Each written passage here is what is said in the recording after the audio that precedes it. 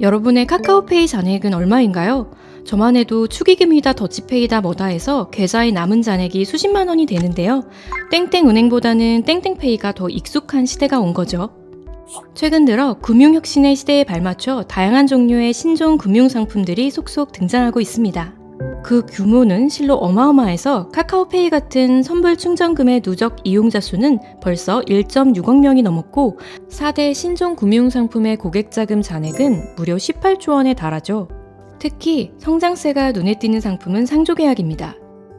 고령화로 인해 앞으로 사망자가 늘어날 것을 감안한다면 상조계약에 가입하는 사람도 그만큼 늘어날 테니까요. 이쯤 되면 우리나라도 금융혁신 강국이라고 봐도 되겠죠.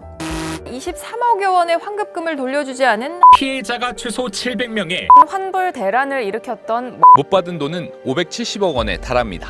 우려되는 부분은 금융상품 거래 과정에서 업체가 수취하는 고객 자금에 있습니다. 고객 자금은 서비스 제공 과정에서 고객이 미리 납입했다가 원할 때 인출할 수 있는 자금이지만 고객의 요구에도 불구하고 자금을 온전히 돌려줄 수 없다면 고객의 피해가 매우 커질 수 있습니다. 네, 맞아요. 문제는 은행도 아닌 서비스 제공업체가 고객의 자금을 갖고 있다는 거죠. 자칫 업체가 파산 위기에 처하거나 투자 자금이 부족해진다면 안 봐도 뻔하겠죠. 물론 정부는 이러한 위험을 방지하기 위해 고객 자금과 업체의 고유 재산을 분리해서 은행에 예치하거나 지급보증보험에 가입하도록 하는 별도 관리 규제를 시행하고 있지만 상조계약 선수금은 별도 관리 의무 비율이 50%에 불과하고 다른 고객 자금도 업체가 파산 위기에 처했을 때 별도 관리 의무를 위반할 가능성도 배제할 수 없습니다. 별도 관리 기관인 은행이 망할 수도 있고요. 별도 관리 규제는 고객 자금을 관리 기간에 안전하게 보관함으로써 피해를 미연에 방지하려는 사전 예방책입니다. 그럼에도 사고를 완벽하게 막을 수는 없을 텐데요.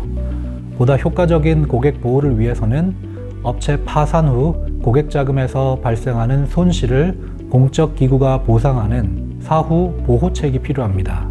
사후 보호 제도는 직접 보호와 간접 보호가 있는데요. 직접 보호는 업체가 예금보험공사에 직접 보험료를 납부해 업체 파산 시 고객 자금의 손실을 공사가 대신 보상해주는 제도이고, 간접 보호는 업체가 고객 자금을 은행에 별도 예치하기 때문에 은행이 공사에 보험료를 납부하고 고객 자금을 보호하게 됩니다. 물론 직접 보호의 경우 업체가 내는 보험료 부담을 고객에게 전가할 수도 있다는 단점이 있고, 간접 보호는 은행에 별도 예치된 고객 자금만 보호되기 때문에 업체가 별도 관리를 제대로 하지 않았다면 보호가 안 된다는 단점이 있어요. 그럼 두 제도를 적절히 섞어 사용한다면 업체와 고객의 부담은 줄이고 실효성을 높일 수 있지 않을까요?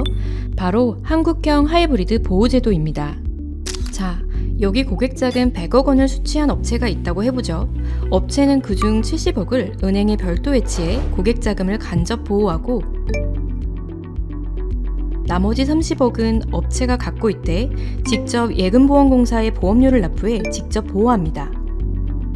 이 상황에서 업체가 파산했을 경우에는 30억 원에 관해서는 예금보험공사의 보상을 받고 나머지 70억 원은 고객 예금으로 간주되어 언제든 회수할 수 있게 되는 거죠.